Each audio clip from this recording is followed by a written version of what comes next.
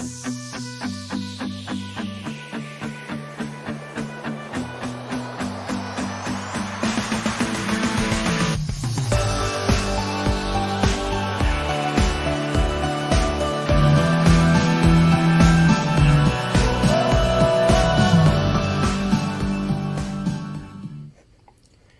welcome back everyone to another live stream. Let me get this off here. There we go. Welcome, Jason. Hey, Ira, how are you? I'm good, good. Hey, I really appreciate you taking the time out and joining me for another live stream. Been having a lot of fun with this, interviewing a lot of good people and having a lot of great conversations. Really doing a kind of a changeover from our podcast. Great to see people face to face and interact and to be able to do that. A couple of quick announcements here before we get there. Just want to make sure, let me see if I can even find my slide here. Can't find it. But anyway, I just want to let everybody know that my book, Recruiting in the Age of Googlization, edition 2.0, was released last week, and you can get a free copy. And if I can find my banner here, I'll have this running across the stream here. Let me see where we are. It's 2.0. It's 2.0. Yeah, it's 2.0. Yep, there we go. Okay, so you can see if you go to join.googlizationnation.com, you get a free copy. So I'm giving away 100 copies at the beginning of the month, and for the first launch, we're giving away a couple hundred copies. So I appreciate that, and congrats on the book. Yeah, thanks. Yeah, and you've got your book too. I've got a banner here too for your book as well. Where are we there? Oops, where are we? There we are. The Ultimate Guide to a Digital Workforce Experience, which is what we're talking about today. So, Jason, you and I we sort of just met, through online, and kind of joined one of your live streams just a few weeks ago. Which meeting online today is equal or better than that's why I love this. I love this platform. And we have a mutual connection. One of your former partners, Heidi Spirity. From Cornerstone. Met her last year and did an interview with her. She was only on the job like a week. And I was at the Cornerstone Convergence and had an opportunity to meet her, and we just hit it off. We actually, within about 10 minutes, we said, hey, we need to sit down and record this because this is what we're supposed to be talking about in the podcast. Good. And she's actually doing a live stream. Heidi's a brilliant woman. So we're doing a live stream in a couple weeks with her. Like 8 hours with Heidi, so it's all good. No, I appreciate that. So that was sort of the first. I mean, I followed you before, but that was sort of the first connection. So let's talk about a whole lot of things. You and I, before we went on the air here, we were talking about digital transformation, but we were also talking about this, and I posted this on my LinkedIn this morning, Digital Darwinism. It was a book 20 years ago, actually 21 years ago, time flies, by Ethan, last name was Schwartz, I can't remember, Ethan, I think was his name. And he had a great quote in there, and it sort of was one of the things I was trying to articulate with you, including with what you were talking about a few weeks ago, that 2020 seems to be like the tipping point in HR technology and the digital transformation. But the quote was from Digital Darwinism: a world in which the surrounding conditions for life or for business can drastically improve or take a turn for the worse. We seem to be at that crossroads, that if companies don't, and the individuals, the people within the companies, which is really what makes the companies, don't start to catch up to the rapid pace of change, there's a choice. It's either going to get better or worse. And I'm seeing that within a lot of organizations that they're starting to really, they're struggling. This whole talent war, this talent, I call it talent poverty, but this whole inability to attract enough people is partially due to demographics and globalization and changing jobs, but partly it's due to people are tripping over their own feet to almost fail. It's like the plan is we're developing our strategic plan and we're thinking about adopting technology or making another purchase, and you're all over this. You're all over where technology is and differentiating between technology and digital transformation, that they're not one and the same. So you can explain it a lot better than I can. So why don't you take it from there? Yeah, so Ira, once again, thanks for having me. And there's a number of different things to unpack based on how you started off that conversation. So, one of the first big things for me is to understand that there's a difference between digital and technology. Digital is a mindset, and digital is a way of thinking. Technology is basically the how that fuels that. And as you know, as well as I, most organizations get stuck and they get started with technology. They get started with technology without really understanding what it is they're trying to achieve, how they actually want to use that strategy on certain people to drive certain initiatives, and really thinking about what are the journeys that they actually want to bring to life for those employees. And what's so fascinating, Ira, in business is we used to develop for the business. We used to develop tools, solutions, platforms. We used to implement those platforms for the business, which means we used to implement them for HR and finance. We live in a world today where we've switched that from B2B to B2C, which means I now deploy them, not implement, big difference, right. Deploy them for the workforce. And that workforce is surrounded by noise, constant noise. They don't know how to spell HR. They don't know how to spell IT. They don't know how to spell finance. And when it comes to that, it's very, very important to understand that when I think about that, what I'm trying to do is I'm trying to help the workforce do their jobs better by deploying digital strategies. Okay, and I just said that in a very, very intentional way. Help the workforce do their job better, which means I hired them to be a doctor, or I hired them to be a lawyer, or I hired them to be a physician, or I hired them to do customer service. I didn't hire them to do HR and hire them to do IT. So that's the first thing, and we'll get back to, I know you want to unpack that one a little bit. And the other thing I just wanted to call out is no one's behind. People talk about falling behind all the time, and it's really bad. And I think, I don't think you fall behind. I think what you do is every organization is at a different state of digital maturation. Okay. And there's no such thing as digital transformation with a begin and end anymore. I'm not going to transform once and begin and end. I'm going to mature, and I'm always going to be maturing. And if I stop maturing, I'm dead.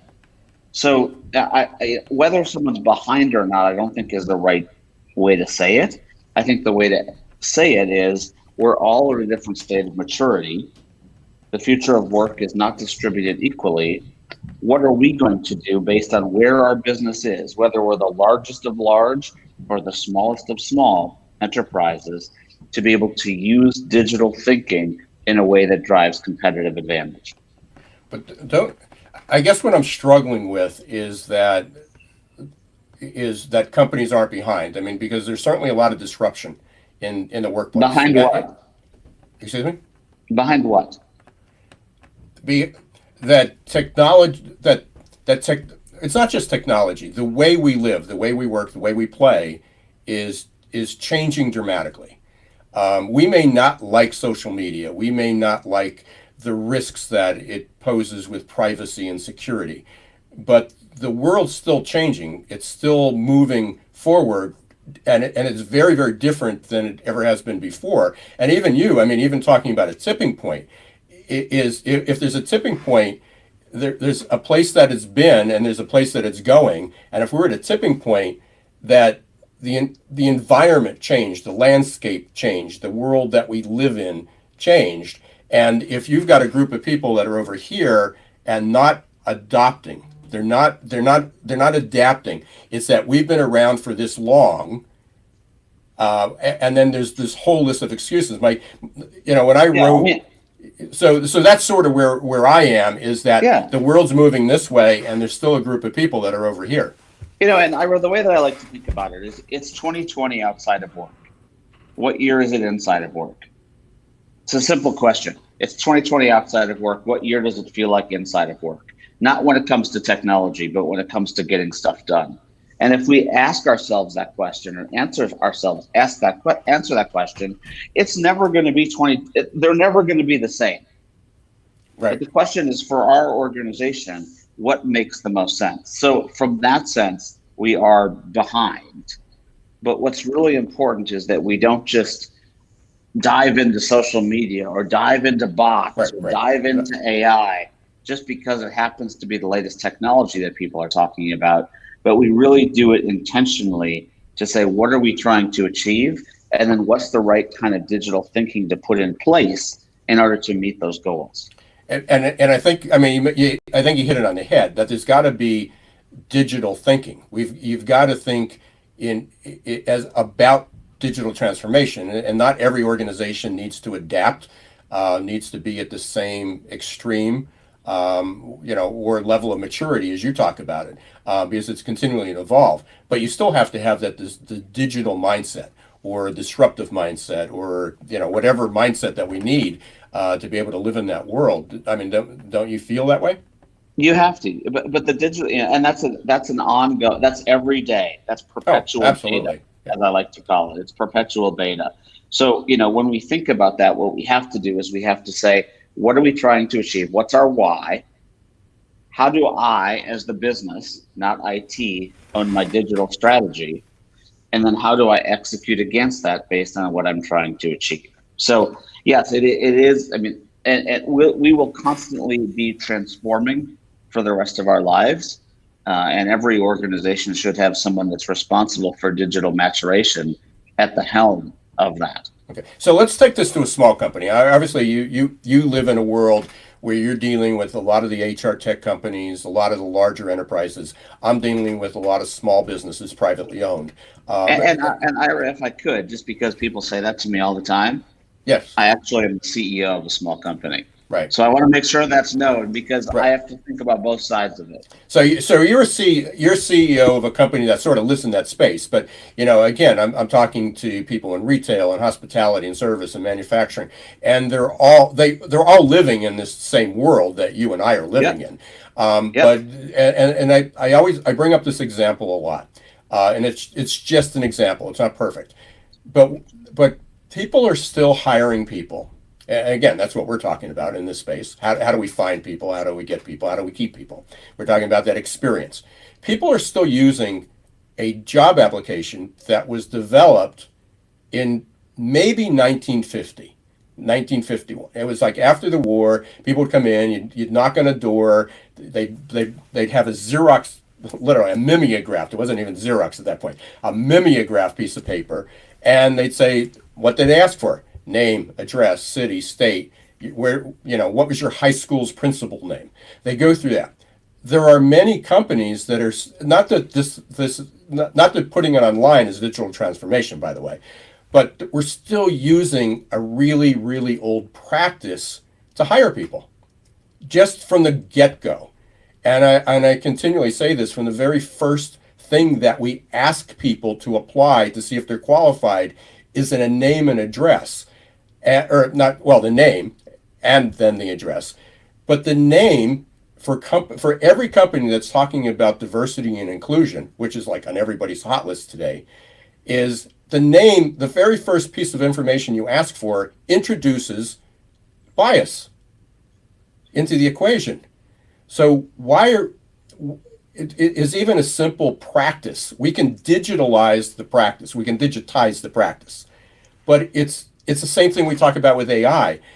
If AI is just taking all the data that we used to have and analyzing it, there's bias built into it unless we start questioning where all the information came from and how we do it. And I guess maybe I'm not talking about that people are behind on digital transformation. They're behind on changing the way they do things to even get to digital transformation. Does that make sense?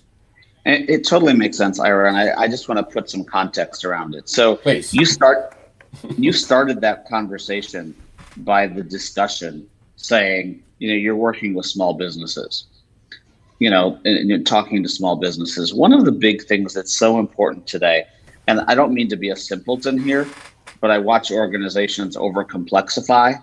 How's that for a word? Overcomplexify all the time. I have a lot of those words. I mean, I'm trying to survive. I'm trying to survive a talent issue, a talent crisis. I'm not calling it a war, but I Right. have, I'm constantly competing. I'm constantly competing with the biggest and the best, no matter what industry I'm in, for talent.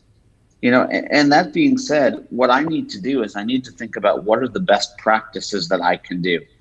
And while we talk about bias, and while we talk about AI, and while we talk about name starts with bias and things like that, I'd like to throw out there that while that's important and good, and yes, that's true, at the same time, all I'm trying to do, I need good people now. Right. Okay. So when we think about that, what I would like organizations to think about is, what do they need to do to be an employer of choice for that size and that industry that they're in? The second thing I'd like them to do is I'd think about, what do I need to do to be an employer of choice to make it as simple as possible, simple as humanly possible for Ira Wolfe to get a job at my organization. Okay. Now, when I say simple as possible, that means I should be texting you at all hours of the night, making you feel like I want you. I should be sending you new headphones because I don't like those wires hanging down in front of your shirt, so that I could make you say, wow, this is what's going to be needed from how we work here going forward at ABC Company. I should be making sure that the experience for you in applying for a job is better than the experience for my customers in buying something from me. If I'm not doing that, to me, that's deadly. Okay, beyond that, we can start talking about bias and we can start talking about things like that. But I'm just going to be brutally honest with you for a second. I just need people. Once I get that concept and the flywheel going around people, then I can start to be a little bit more picky when it comes to bias and things like that. So I'm not arguing with you about the bias part, but what I'm saying is sometimes we need to start with a foundation. Okay. And if I don't have a foundation, it's very hard to get into some of these topics such as bias. And I absolutely agree. I think the bias is tossed out there, or not the bias, but that we need to eliminate the bias, or we need to be more diverse and inclusive, or even what you talk about all the time. You talk about employee experience. I talk about candidate experience. We talk about those things as they're tools to get to the endpoint, and the endpoint is allowing us to get the people that we need when we need them, and to provide that experience. And so it is getting there. We need to change the way that we're doing things, and that digital transformation is obviously kind of a big part of that. The technology. It's a huge part of Ira. And the other thing I'll just say is that one of the things that we talk about a lot, no matter what size of organization we're working with, is how do we design for that empty chair? And that empty chair is the candidate, or that empty chair is the employee. Mm-hmm. And what I want to be doing is, I mean, excuse me for saying this, and it might sound harsh to a bunch of recruiters, but I don't really care about how hard the recruiter works. I care first and foremost about the experience that I'm creating for that candidate, and then the experience that I'm creating for that employee. And that should be seamless. It should always be on. I should always be recruiting. I should be constantly thinking about what I need to do to keep those people, because that's the only way to grow, develop, and retain talent in 2020. Okay. So what are some of the specific steps that you would recommend? So somebody's listening to this today, they get it, they realize that some of their practices aren't there, they're not, again, we can debate about whether they're maturing fast enough or not enough, but what needs to change? What's the first thing that needs to change? So I'm applying. Do you have a teenager, Ira? No, mine are wait. Well, I don't even have a teenage granddaughter anymore. She just turned 20. So here's what I always say. I always say borrow a teenager. I'm just gonna be that blunt. Borrow a teenager and have them apply for a job at your organization. Watch what they do. They take their device, they lift it, they shift, they touch, they start feeling things all over. They give it about 7 to 8 seconds. I did it. I have a 15 and 12-year-old, so I do this all the time. It comes up and it says, my son's like, where do I find a job? And right. I was like, what do you mean? He goes, all I see is this thing that says careers. I'm like, why would you not find a job there? He goes, I don't want a career. I just want a job. Right. And so for me, that just testing the way we do things, Ira, against people who don't speak HR or don't spell HR is huge. Because I, he's like, career, I don't want a career. I just want a job for the summer. Yet we somehow listed under careers. Right, or employment, or even defined it. I mean, you're speaking my language, where I'm speaking yours. I'm not sure which one it is, but I do 30 to 40 to 50 conferences a year, and at every one, I ask people exactly what you said. How many people have applied for a job at your own company, and they do it through it. If it's listed on Indeed, but they don't do it through their company, and at this event the other day, I was at Philly Sherm, great group of people. I did that, and it was amazing because we then had a little interactive session, and I walked around, and people were saying, I can't find how to apply to a job at my own company.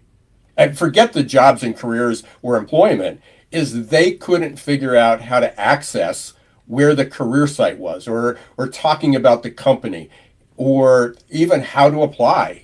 Even if it was listed as a job, they couldn't get there. So Ira, I have a huge problem, of many, but one of many in the space, which is we spend more time talking about our candidate experience than we do our employee experience. Oh, absolutely. And when I say candidate experience, I'm also talking about candidate experience, meaning people outside the organization. Right. I give Internal them or more. external. Yeah, internal or external. Well, I give my outside candidates more love than I give my internal people. And that sucks. Well, it's interesting, and this may be a little bit of it's not a diversion, but it just Let's go. A few weeks ago, I had Kevin Grossman and Jerry Chrisman. We had this conversation, and their point is, especially through the talent board, is that 99 out of 100 people who apply basically get ignored. I mean, there's one person. Yeah. There's 100 people. There's an opening. You get 100 applications. 99, you blow off. How do you treat those 99? And if I could, did they explain what ignore means? Well, sometimes it's just literally ignore. Ignore and how long? Like, what's the time frame about that ignore comes into play? Sometimes it was permanent. Sometimes it was the company. No one ever replied. We got an application. We're just too busy. We had 100 applications. This person, we just don't have time to reply. Well, yeah. So if I don't apply within 24 hours with something that's meaningful and empathetic, and actually says why I want you, the person's already moved on. Oh, absolutely. From the employee and the candidate. The whole thing's already blown up. So I've already wasted. It's gone. So a lot of people's time. So I put this. I'm constantly trying to figure this out, as you are, and it's a fairly old study. When I say old, it could be a couple years, and it was about the stress of jobs, and where does changing a job fall on the scale of 1 to 100? How does it compare to other things? So there's things like trouble at work, trouble with my boss, got a traffic ticket, performance reviews.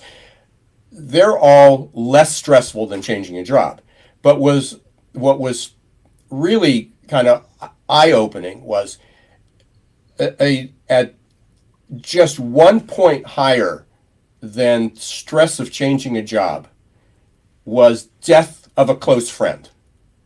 So think about the emotional stress that you go through when you lose a friend, and job change is almost as powerful. It's almost that engaging of someone to go through. And then we throw up, not we, but companies throw up a lot of roadblocks of not helping people through that. Through understanding that there's a huge emotional impact of somebody saying, if I leave my job, I got to get new friends. It's going to be a little bit better commute. I make a little bit more money, but now I'm sort of starting all over. How am I treated during the interview? And what if I'm rejected? If 99% of people get rejected from a job interview, so the chances of I'm entering into a process that I'm already dissatisfied with I'm doing, and I'm going to get rejected. I got a 99% chance of being rejected. Why would I put myself in that position? So I mean, as someone who lost two close friends last week, Sorry to hear that, for sure. it is what it is. It happens every day. If anyone compares trying to find a job to losing a close friend, this space is much more in trouble than I thought it was. And I'm just sharing the results of the survey. I mean, I'll send it out. Yeah. But Yes. but I'm just saying that if that's the case, which we should send it out to everyone, because that should be a slap in the big face to everyone, is that all people want. Absolutely. All people want is attention, Ira.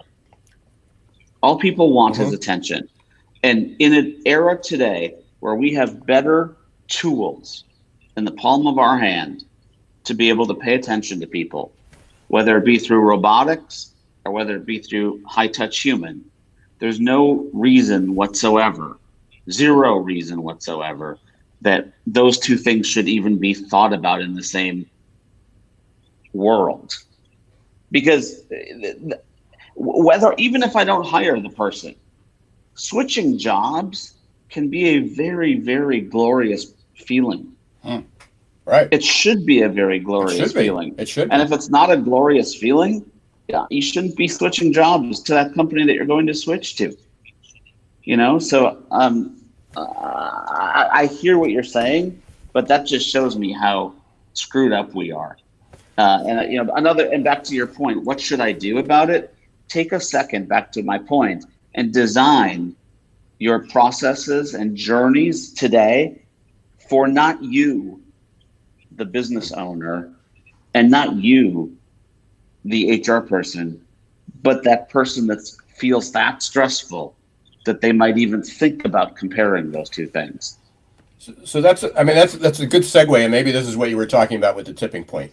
Is technology, is what you're saying finally switching toward that? I mean, is the technology and are the companies finally starting to get that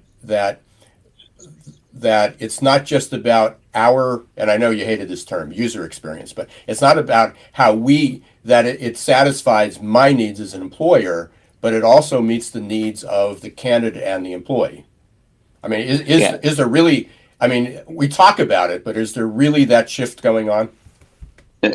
We have the shift going on from being a organization, HR as an organization that was designed for ourselves, to an organization that was designed for candidates and employees. So to answer that question, yes, that's a no-brainer. That has to happen in every single organization, which requires us to redesign most of our journeys and redesign most of our thinking as an HR function. So yes, that is finally happening. Okay. Is there anybody doing it really well that you can share? Everyone's doing it well in various pockets. So if people ask me that question every single day, Ira, and I laugh at the question deep down every single day, because you asked me who's doing recruiting very well today, Marriott Hotels. Over this weekend, I happened to be standing outside of a Pottery Barn in Edina, Minnesota. They said, today is National Hiring Day. Come in and get to know us. I was like, wow, that was really, really good. Mm-hmm. I was at a big healthcare organization in Virginia Friday, and they showed me the tools that they use to manage and the relationship with their people. And I was like, wow, like you care more about your people than you care about your patients. And they're like, no, but we want to make sure that our employees think that.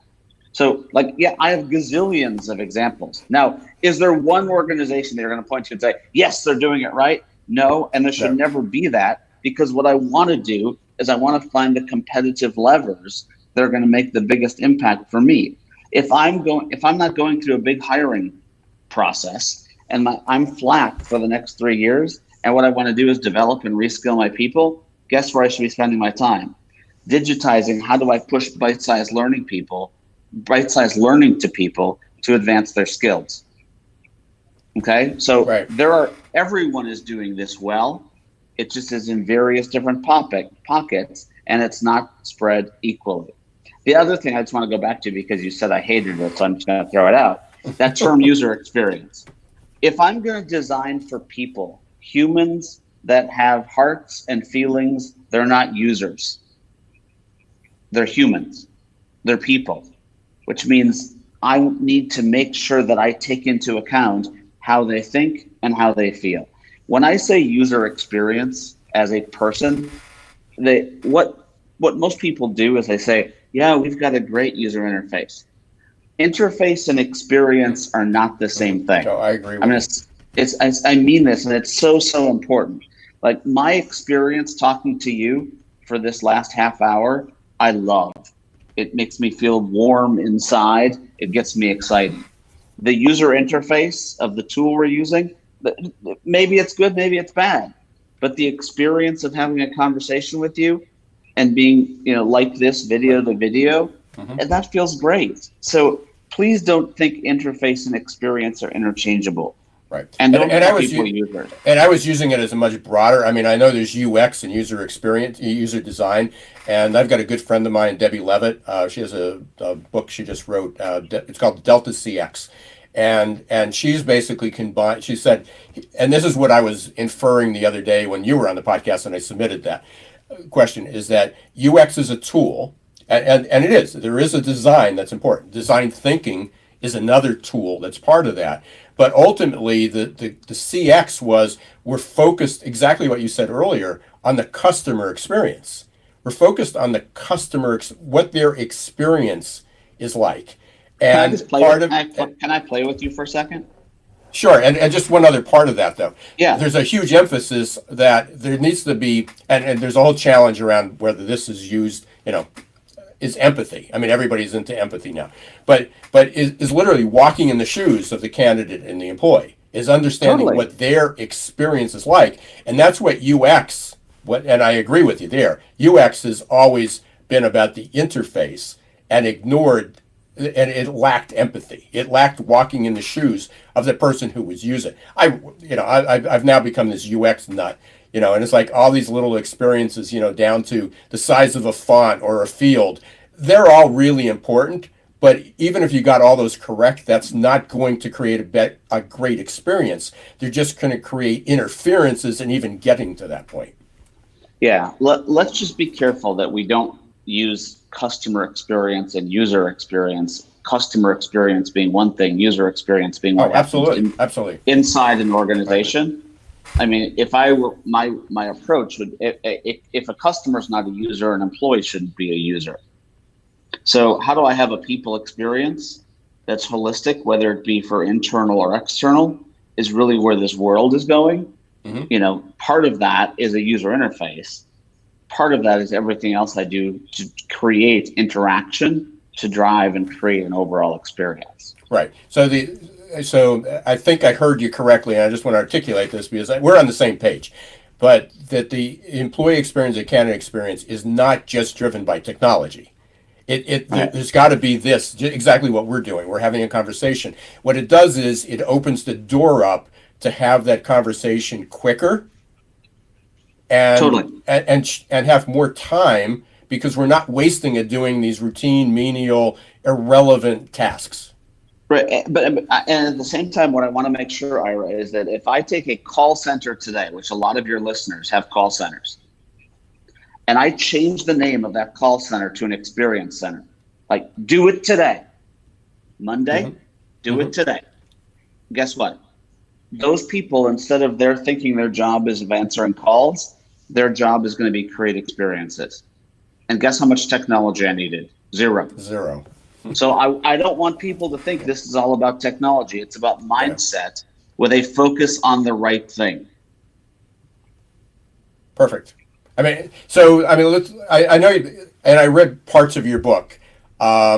This is what you talk about in the Ultimate Guide, correct? The digital. This is what I talk about, but it's more what I talk about on everyday LinkedIn, Twitter, and things like that. Because I hate to say it, books these days. That book is almost 2 years old now, and this space has evolved drastically in the last 2 years. Yeah, so that's why I did edition 2.0. My recruiting in the age of Googlization was 2 years in December, and it's like, what do I do? And basically, a lot of it still held up because it was a concept about how fast things were changing and evolving. But I went in and again, I wrote a chapter just on how fast things are changing in the retail space. And I have like 30 brand name companies that no longer exist.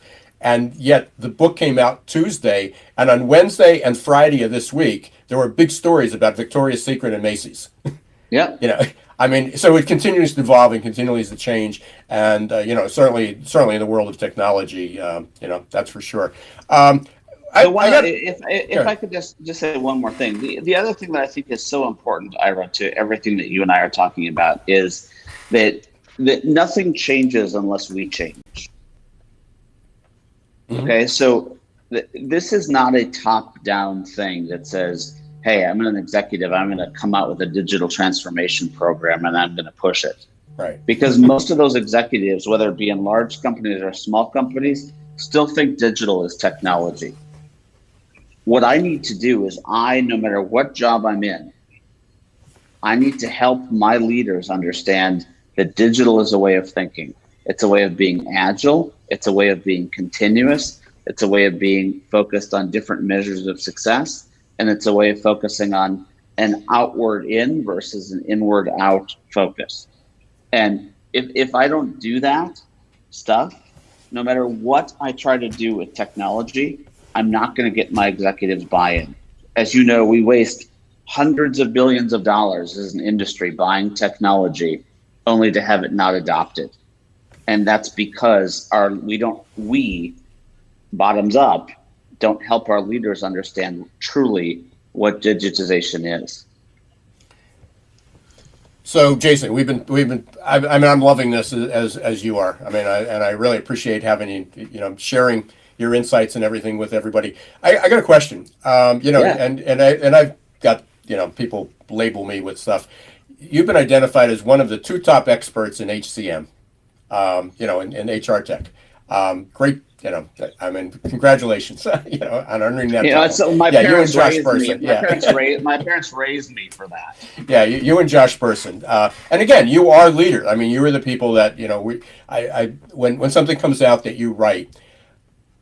Just curious. I mean, because I'm struggling to keep up with all this. I mean, very fortunate to have a position and a role in a job, and certainly the mental abilities that I still got to sort of digest this. And even this morning, there's probably 4 or 5 topics that came through, and it's like, wow, they would be great to talk about with somebody. And oh, now, or that's a piece of the answer. Where do you go? I mean, how do you keep up with how fast things are changing? So there's kind of three. So thanks for the question. Not a lot of people ask that question, and it's a really important question because it's something that I think anyone can do. Excuse me, anyone can do if they take the time to do it. Right. I shouldn't have said it like quite so easily. No, but it's true. I mean, because people say I don't have the time to.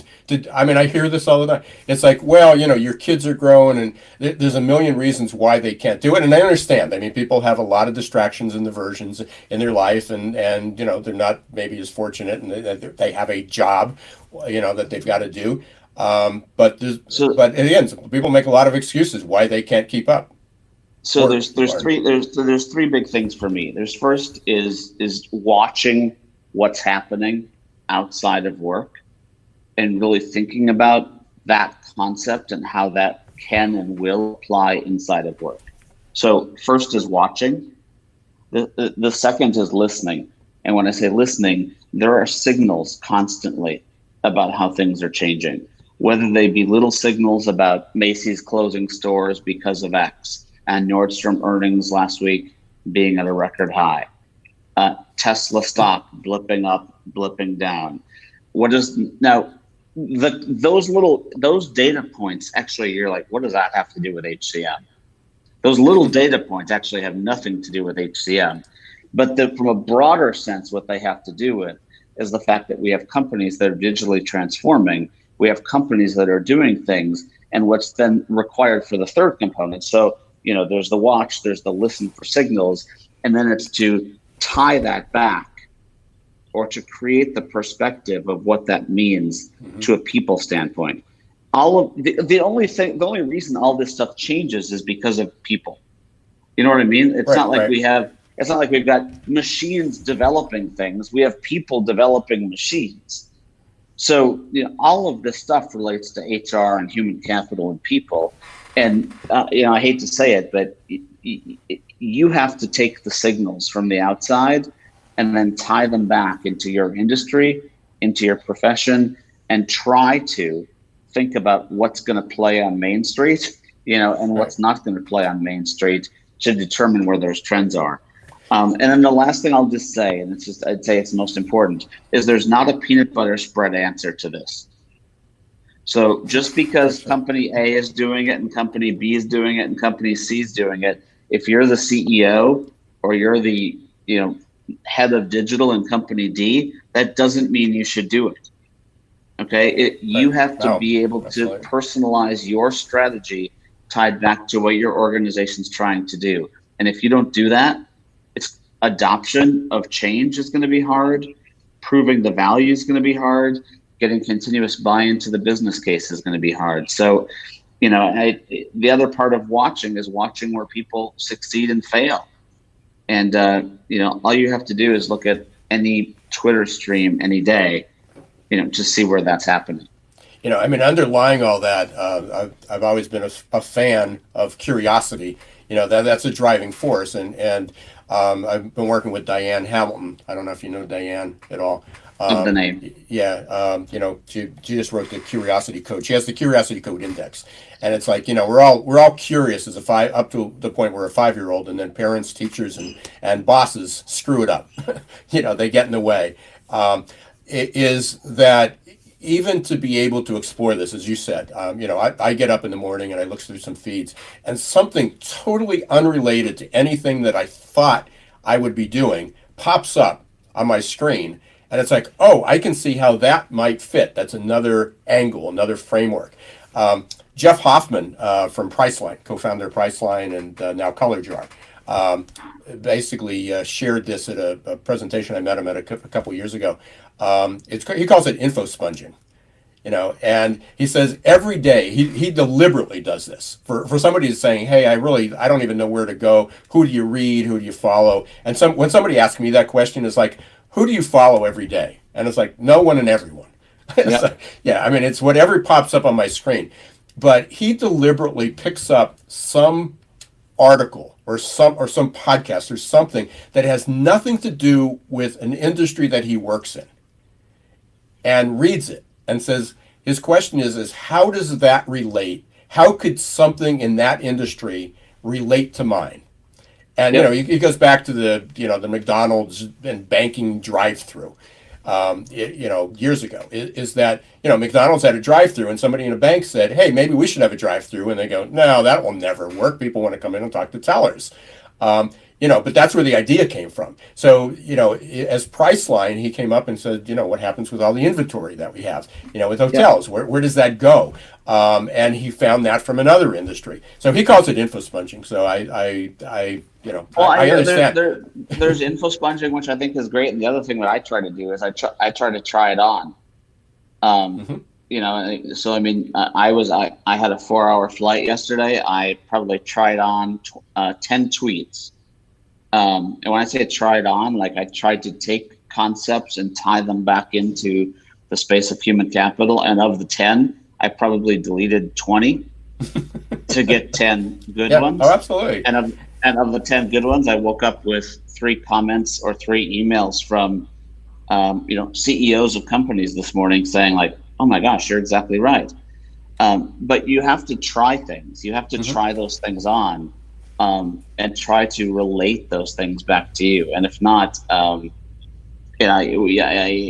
it's just a bunch of words. It's very easy to get caught in the noise.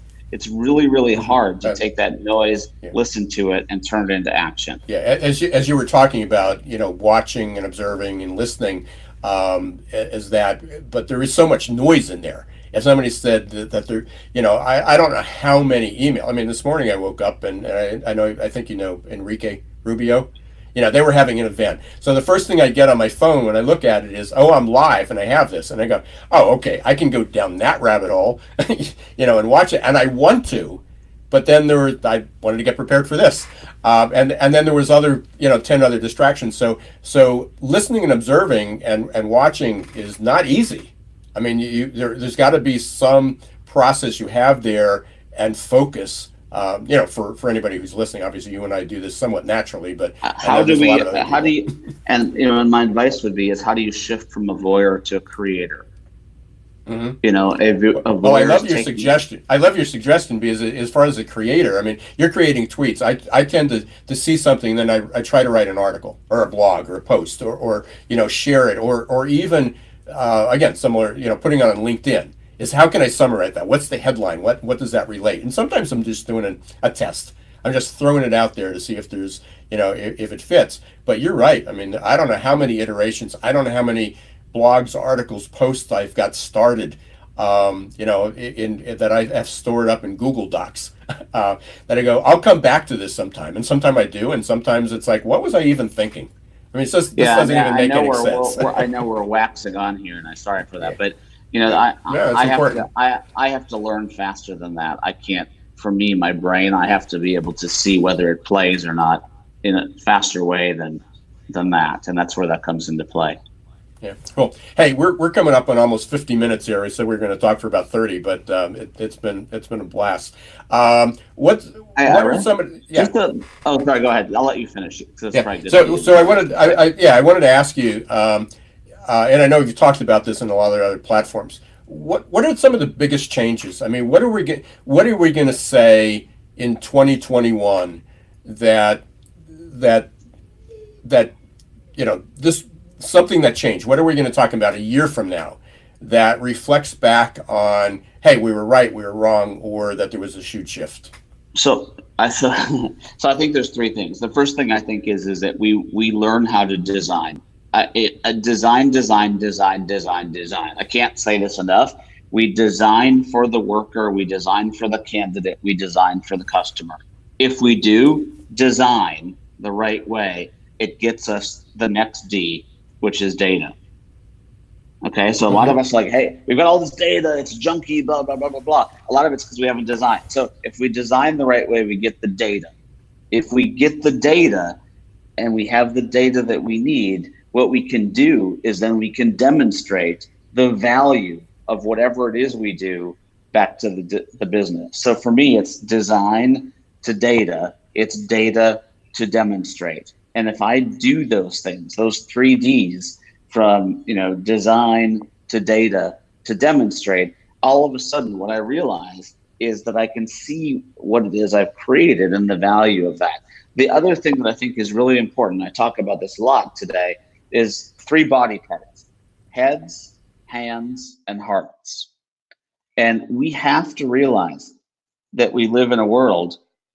I think my audio just went a little crazy there. Sorry about that. Can you still hear me? Yep. There we are. Okay. Okay. Yeah, we live in a world where hands, heads, hearts, we have to think about how machines and people work together. Mm-hmm. If we don't think about how machines and people work together, machines are going to replace the hands work. They're not going to replace the heads work yet, and they're definitely not going to replace the hearts work. So think about where do we put our people versus where do we put our machines and how we make them work together. Because the ones that do that the best are going to be the ones that win. Closing comments, thoughts, or was that it? No, I mean, just yeah, I would say keep co-creating, keep learning, keep trying, and once again, I mean, Ira, you do great work in this space, and thank you for everything you do for the Thank you. community. Thank you. Thank you for the kind words about what I try to do. Follow me on LinkedIn, follow me on Twitter, and let's co-create together. I only learn from others. That's the only way to grow this space and to keep up in the world is to learn from each other. So hopefully we can continue to do that. Yeah, and visit Leapgen. Follow that. But again, you've got tons of content out there, lots of interviews. I know and I really appreciate your opportunity to be able to share. That's the If you world. can, if That's you how can, we're I going to be mean, in it. for me, if you can impact one person with something I said, someone on the LinkedIn said, voyeur to creator, excellent. Like, my day's done. If one person says something like that and you can make an impact on something, my day's done. It shows that you added value to the world. Appreciate it. Great closing in. message. Thank you. Hey, You so thanks much for everybody who having was me. attending. I know we had some little bit of interaction here. For anybody who, if they're watching this in the future, they'll know it's on a replay. But you can watch it on YouTube, Facebook, and LinkedIn. Be doing more of these. Hopefully, Jason will have more opportunities I'm going to to do have you this. on our show. I'm going to have you on our show next. We're going to Okay, go the other way thank you. around. Thrilled to do it. Happy to do it. Excited. Sounds And good. yeah, I'm sure we'll be crossing paths quite a bit. So thanks very much, Sounds everyone. good. Thanks, Okay. Lyra.